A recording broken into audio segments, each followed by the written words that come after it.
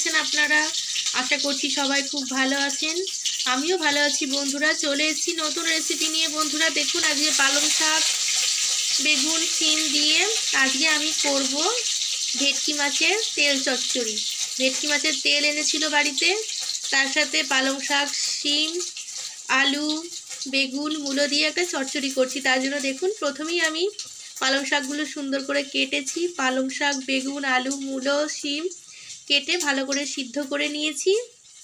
এদিকে দেখুন কড়াতে তেল দিয়ে ভেটকি মাছের তেলগুলোকে সুন্দর করে ভেজে নিচ্ছি বন্ধুরা। দেখুন উপর থেকে একটু অল্প হলুদ আর একটু নুন দিয়ে এটা সুন্দর করে ভেজে নিই প্রথমে। দেখুন আমাদের তেলগুলো সুন্দর করে ভেজে নিয়েছি। এবার এটাকে তুলে রেখে দেবো একটা থালা।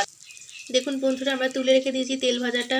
দেখুন কতটা তেল বেরিয়েছে আমাদের ভেটকি মাছের তেল থেকে। ওই তেলে আমরা এবার পেঁয়াজ ভেজে নেব। প্রথমে পেঁয়াজটাকে সুন্দর করে ভেজে নিচ্ছি। দেখুন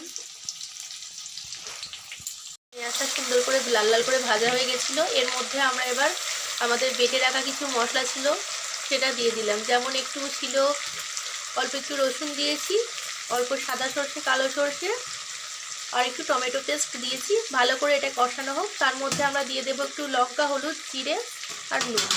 দেখুন বন্ধুরা অল্প করে একটু জল অ্যাড করলাম। বন্ধুরা দেখুন হলুদ দিয়ে দিচ্ছি, লঙ্কা গুঁড়ো দিয়ে দিচ্ছি, পরিমাণ মতো জিরে দিয়ে দিচ্ছি। দেখুন ভালো করে নেড়ে চেড়ে নিই। একটু ভালো করে মশলাটা কষানো হোক। যেহেতু আমাদের শাকে নুন দেওয়া আছে তার জন্য নুনটা আমরা লাস্টে দেব। মশলাটা সুন্দর করে কষানো হয়ে গেছে। এর ভিতরে আমরা দিয়ে দেবো এবার আমাদের সিদ্ধ করে রাখা শাকটা। দেখুন দিয়ে দিচ্ছি, দিয়ে ভালো করে নেড়ে চেড়ে নেব বন্ধুরা। দেখুন তরকারির কালারটা কত সুন্দর এসেছে। এর ওপর থেকে আমরা অল্প একটু চিনি দিয়ে দেবো, যেহেতু আমরা শাকে চিনি খেতে ভালোবাসি বন্ধুরা। অল্প একটু চিনি দিয়েছি দেখুন পরিমাণ মতো। ভালো করে নেড়ে চেড়ে নেব।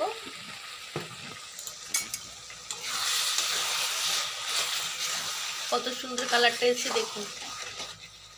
আর একটু নাড়াচাড়া করে আমাদের ভেজে রাখা ভেটকি মাছের তেল কাটাটা দিয়ে দেবো এর ভিতর। এখন আমাদের ভেজে রাখা ভেটকি মাছের তেলগুলো এর মধ্যে দিয়ে দিলাম। আর একটু ভালো করে নাড়াচাড়া করে নিই।